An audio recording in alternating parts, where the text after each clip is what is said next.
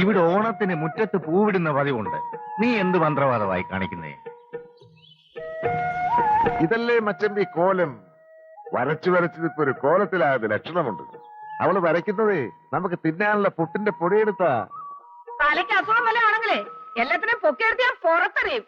മനുഷ്യർ തിന്നാനുള്ള സാധനം എടുത്താണ് മുറ്റത്ത് വരച്ചു കളിക്കുന്നത്. കേറി പൊടിയകത്ത്.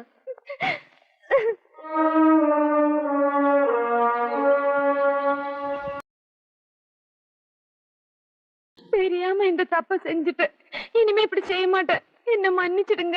നീ പറയുന്നത് പലതും എനിക്ക് മനസ്സിലാകുന്നില്ല. എന്നുവെച്ചാ തെറ്റ് കണ്ടാ ഞാൻ വഴക്ക് പറയും. ചിലപ്പോ അടിച്ചെന്നും വരും. എന്റെ അമ്മ എന്നോട് ക്ഷമിക്കണം.